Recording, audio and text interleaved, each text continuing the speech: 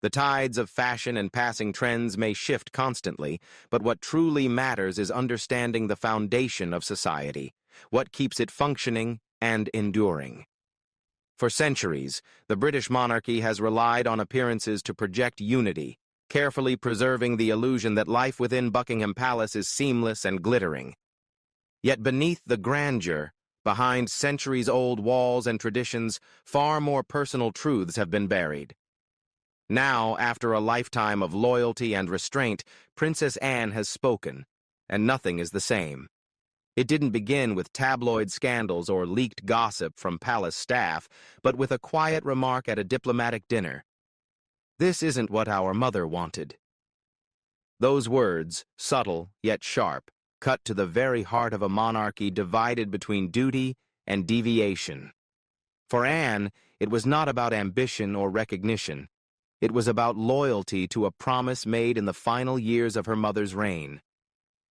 Queen Elizabeth II had made her wishes clear in private. Camilla would carry the title of Queen Consort, not Queen. The distinction was deliberate, balancing tradition with Charles's need for companionship. But somewhere between the private vow and the public crowning, the language shifted. Without fanfare or discussion, the words Queen Camilla appeared on official documents, websites, and signage, cementing the change. Elizabeth had watched quietly during her lifetime, her expression as composed as ever, but Anne could not remain silent forever. Her intervention was not dramatic, but it was direct, and when Anne speaks, the royal family pays attention.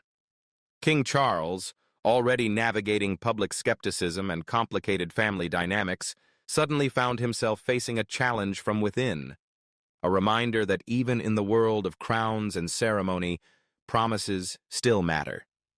Not as a ruler defending his crown, but as a son facing the weight of his mother's wishes, and a sister unwilling to let them be forgotten.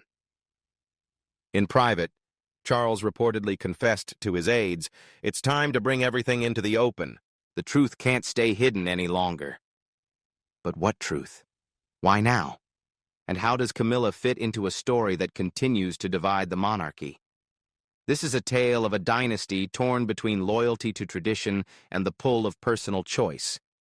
A queen who was never meant to rise, and a princess who refuses to be silenced.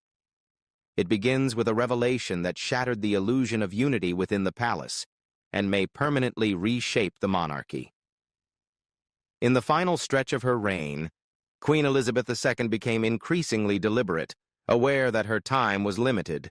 While she maintained her dignified public presence, her private life was marked by painful concerns, none greater than the question of the monarchy's future under her son, Charles. She had watched him evolve over decades, from a sensitive and often misunderstood prince to a man prepared to lead. Yet one matter remained unresolved: Camilla. Though Elizabeth publicly signaled acceptance by endorsing her as Queen Consort, her personal stance was far more careful. Former palace insiders recall her emphasizing, during family discussions at Balmoral, a single guiding request: Camilla is to be Queen Consort, nothing more. The distinction was deliberate, not rooted in resentment, but in legacy. Elizabeth knew Diana's memory still loomed large, and elevating Camilla beyond consort could trigger backlash and threaten the institution she had worked tirelessly to preserve. But before we continue, we'd love for you to hit the subscribe button if you're enjoying this video. If you just did, we truly appreciate it. Now, let's get back to the main content. Present at those conversations was Princess Anne, the Queen's only daughter, practical, devoted, and unflinching in her duty. Anne didn't protest or debate. She simply acknowledged her mother's words, a silent promise of loyalty to the intent behind them. But after the Queen's death, the narrative began to shift. Slowly at first, official documents referring to Queen Camilla, the royal family's website adopting the same language, and coronation invitations printed without the word consort. Anne noticed immediately, and for her, it was more than a detail. It was the breaking of her mother's final trust.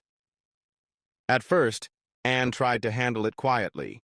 She spoke to Charles in private, reminding him, "This isn't what she wanted. You still have the chance to change it."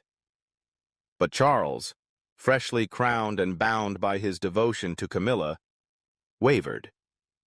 After finally securing the throne, stripping Camilla of the full honor would have felt like a betrayal, not just to their marriage, but to the woman who had endured decades of scrutiny to stand at his side.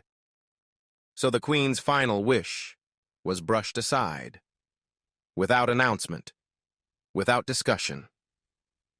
Anne was crushed. Not because Camilla wore a crown, but because her mother's clear instructions had been ignored by the son she had raised to value tradition above all else. For Anne, this was never simply about titles. It was about integrity and legacy. Those who were at Balmoral recall that after her mother's passing, Anne grew more distant, less forgiving, less inclined to compromise. The grief alone was heavy enough, but watching her mother's voice erased was unbearable. It was no longer just about loss. It was about betrayal, about the silencing of a decision that was meant to stand. The wound never closed.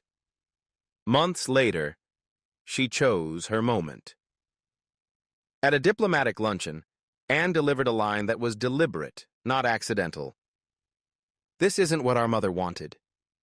She knew the impact those words would have, and she intended every syllable. She wasn't speaking as Charles's sister. She was speaking on behalf of the late Queen herself. Her point was unmistakable. The truth had been buried, and she was bringing it to light. As the grand spectacle of King Charles III's coronation drew near, the palace was consumed with preparations. Rehearsals filled Westminster Abbey, newspapers prepared glossy spreads, and the nation anticipated the crowning of a monarch who had waited a lifetime for his moment. Yet behind the pomp, a different story was brewing, one that would not only reach the public but shake the royal family itself. It began with the invitations. They were ornate, historical, and precise, bearing a title that raised eyebrows among insiders. Queen Camilla. No consort, no qualifier, just Queen. Bold, clear, unambiguous. To most observers, it seemed natural enough. Camilla had endured storms beside Charles, her popularity had improved, and she was increasingly seen as a steady, reassuring figure. But for those who remembered the Queen's last words, it was nothing less than a breach of trust. To those who knew Queen Elizabeth II's private wishes, none more so than Princess Anne, the change was troubling. It wasn't a small adjustment. It was a shift in royal precedent. For centuries, Queen Consort had carried a clear meaning, the supportive role of a king's wife, without equating her status to that of a sovereign. In a monarchy still shadowed by Diana's memory, that distinction mattered. Anne warned Charles that placing Camilla front and center with a title the late Queen had never endorsed would bring scrutiny, invite doubt, and risk dividing both family and nation. Yet Charles had resolved to proceed. Whether driven by devotion, guilt, or a longing for Camilla to be fully recognized, he allowed the title to stand. Palace staff were instructed to make the change across all platforms. Official documents were revised, press releases dropped the word consort, and the royal website followed suit. By Coronation Day, Queen Camilla was no longer presented as a novelty, but as the accepted norm. Still, inside the palace walls, the mood was anything but unified. Anne, fiercely protective of her mother's standards, responded not with theatrics, but with a quiet, cutting defiance.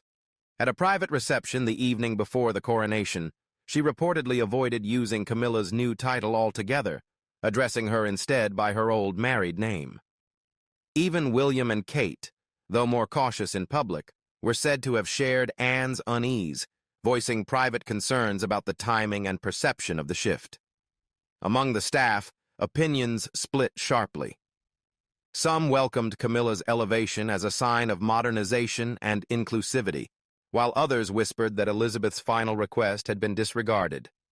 As one insider bluntly observed, that day, There were two coronations, Charles's and Camilla's. Only one had the Queen's blessing. The public saw little of the rift, but it was there, growing with every headline that hailed Queen Camilla without context. For Anne, the issue had never been about a crown or a word on paper. It was about truth. And in a monarchy built on image and tradition, she believed truth was the one thing it could not afford to lose. Royal banquets are meant to project unity, elegance, and the quiet strength of the crown. But beneath the polished silver and formal speeches, Anne was already preparing her next move. On a cold November night, the carefully crafted illusion fell apart. The occasion was the annual Commonwealth diplomatic reception at Buckingham Palace, a grand evening that brought together ambassadors, high commissioners, and foreign dignitaries. Cameras flashed, traditions were observed, and the royal family entered the ballroom in their usual order. Charles walked at the front with Camilla beside him, newly crowned and adorned with Queen Mary's crown. William and Kate followed close behind, with Anne trailing them. To the casual eye, it seemed flawless, but anyone watching closely could see it. Anne's rigid stance, her clenched jaw, the deliberate distance she kept. Months of tension had been brewing since Camilla's title was quietly elevated, disregarding Elizabeth's wishes. Anne, fiercely loyal to her late mother, had kept quiet longer than most thought possible. But that night, her restraint broke, whether by accident or design. As she greeted guests, a Canadian ambassador warmly remarked, "Isn't it wonderful to have Queen Camilla representing Britain with such grace?" Anne's reply cut like glass. "We already had a queen who embodied grace. That role was never meant to be passed on." The ambassador was stunned. Those nearby, senior courtiers, foreign dignitaries, aides, were speechless. Camilla, within earshot, turned pale. The mood in the room shifted instantly. What had been an evening of polite chatter and music became thick with unease. Later, Camilla confronted Charles in a side corridor, her composure cracking. "She's humiliating me in front of the world," she snapped, her anger barely contained. Charles, caught between loyalty to his wife and his sister, remained silent. But Anne's defiance wasn't over. During the official toast, as Charles praised Commonwealth unity and mentioned Camilla's name, Anne kept her glass firmly lowered. Photographers missed it, but diplomats noticed. One later described it as the most direct act of defiance I've ever seen from within the royal family. The newspapers the following morning reported nothing, but whispers flooded Westminster. Courtiers urged Anne to soften her words, to issue some kind of explanation. She refused. "I said what needed to be said. Our mother's words were clear, and they've been ignored." Charles, shaken and embarrassed, pleaded with her to apologize. She declined again. For Anne, this wasn't about rivalry or petty politics. It was about principle. In her eyes, the monarchy had broken faith with itself, and she was determined to stand by the truth, even if it meant tearing through the family's carefully maintained image. And once Anne spoke, there was no turning back. The idea of a calm, united monarchy was shattered. To understand why she risked so much, one must first understand her lifelong sacrifice. Unlike her brothers who wore crowns and drew headlines, Anne had always been the quiet backbone of the institution, working tirelessly, without ceremony, for the crown she believed in. She was the second-born in a world where crowns were reserved for sons and tradition favored heirs. Yet Anne never faded into the background. From childhood, she endured her place on the sidelines as Charles was prepared for kingship and offered every privilege. She never voiced complaint. Instead, she carved her own path, becoming the most relentless working royal, year after year logging more engagements than anyone else in the family. Where others faltered through divorces, scandals, and extravagance, Anne stood apart. She lived with restraint, declined noble titles for her children, and insisted they be raised as ordinary as possible. While others leaned on status, Anne built her reputation through sheer service. In the later years of Queen Elizabeth's reign, as the monarch slowed, Anne stepped in quietly but powerfully. She became her mother's shadow, counselor, confidant, and anchor. Elizabeth trusted her, relied on her, and often shared her deepest frustrations. Anne was there to hear her mother's quiet disappointment over Charles's turbulent personal life. She was also there when Elizabeth voiced her firm intent that Camilla's role would end with the title of Queen Consort, never beyond. So when that line was crossed, and Camilla was elevated to Queen outright, Anne saw more than a title being altered. She saw her mother's memory erased. To her, it was intolerable. Her lifetime of discipline, sacrifice, and loyalty had been built on one principle: the monarchy must respect its own history and keep its word. Charles's decision to let emotion outweigh legacy felt like a betrayal. He hadn't only dismissed tradition, he had betrayed his mother and, by extension, Anne herself. Those close to her say the confrontation at the banquet was no surprise. It had been building for months. Anne had quietly endured as courtiers praised Camilla, and the press framed her elevation as inevitable. What stung most was not personal animosity. Anne had never been particularly warm toward Camilla, but she had accepted her brother's choice. The problem was that the change came without discussion, against the Queen's stated wishes, and with no public acknowledgement of the shift. She did everything right, one former staff member reflected of Anne. She gave her life to the crown, and in the one moment that mattered most, they shut her out. For Anne, silence could no longer be mistaken for loyalty. It was time to act. It was not simple. After 7 decades of steadfast duty, Anne finally broke. Not through theatrics, but with deliberate words, quiet refusals, and an unshakable determination to protect her mother's legacy. Others may wear crowns and sit on thrones, but Anne carries the institution itself, and she refuses to let it drift into illusion. For Charles, the crown has always been a burden rather than a prize. Even in the later years of his life, the throne offers more weight than glory. That burden has only been magnified by the conflict between the two women who have defined him most, his late mother and his wife. Elizabeth was not only his sovereign, she was his compass, his critic, and his guide. Their bond was rooted in loyalty to the monarchy, yet they diverged on one defining issue: Camilla. Charles's relationship with Camilla had long been the monarchy's most divisive story. It fractured public trust, ended his marriage to Diana, and cast a shadow that lingered over the House of Windsor for decades. Winning acceptance for Camilla became Charles's relentless pursuit, both behind closed doors and in the political sphere, despite his mother's quiet disapproval. So when Elizabeth left behind one final wish, that Camilla remain Queen Consort, Charles faced a choice. He could honor her instruction, preserving precedent and protecting the monarchy from charges of self-interest. Or he could fulfill his long-held desire to see Camilla fully recognized, not by heritage, but by endurance.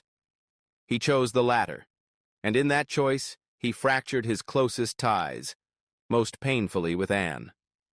For Charles, Anne's pointed refusal to recognize Camilla's title was not just a public embarrassment. It felt like a direct challenge to his authority as king. But beneath that sting was a deeper wound, a reminder that his mother's shadow would forever loom over him. Camilla, meanwhile, was furious. After decades of surviving scandal, condemnation, and ridicule, she had finally reached the pinnacle, only to find her triumph undermined by Anne's defiance. Those close to the palace say she pressed Charles to defend her openly and to make an example of Anne. Yet Charles, ever the mediator rather than the disciplinarian, hesitated. He could not bring himself to punish his sister. He understood her anger because part of it mirrored his own. Privately, Charles is haunted by a single question: what would my mother think? It is the same question Anne demands he confront publicly. the same question William and Kate are said to whisper about behind closed doors. And it is this question, unanswered and unrelenting, that now weighs down the king more heavily than the crown itself. To the outside world, the picture is calm. A king and queen side by side, smiling and waving as if nothing were amiss. But behind the palace gates, the foundations are unstable. Charles knows that no matter how many crowns he wears or honors he bestows, his reign began by altering the last wishes of his mother, and that truth cannot be erased. Some legacies refuse to rest. Beneath the glitter, a storm is gathering, a quiet but dangerous struggle over the meaning of the crown. At the center stands King Charles III, torn between two forces that have shaped his life. On one side is Camilla, the woman who stood by him through decades of scandal and ridicule, now crowned but still fighting for acceptance. On the other is Anne, steadfast and uncompromising, carrying the weight of their mother's values and refusing to let sentiment reshape history. This is more than a family disagreement. It is a clash of philosophies. Should the monarchy bend to personal attachments, rewriting tradition in the name of modern love and second chances? Or should it hold firm, honoring duty and precedent, even when those truths are difficult to bear? Charles hoped he could balance both worlds, that he could give Camilla her crown while keeping the family united. But Anne's defiance made clear that no king can please the past and the present at the same time. Younger royals are watching closely. William, the heir, is said to be increasingly uneasy with his father's choices, leaning toward the legacy of his grandmother and the quiet strength of his aunt. Kate, known for her caution, is believed to have sided with Anne, insisting that the crown must never serve private desire. The monarchy now stands in uncharted territory. The debate is no longer confined to ceremonies or constitutions. It lives in murmured conversations, in small but deliberate acts of defiance, in the subtle weight of a title. And at the center is Anne, a princess without a crown, yet wielding an influence that rivals them all. Because real power does not come from wearing a crown. It comes from safeguarding what it is meant to symbolize.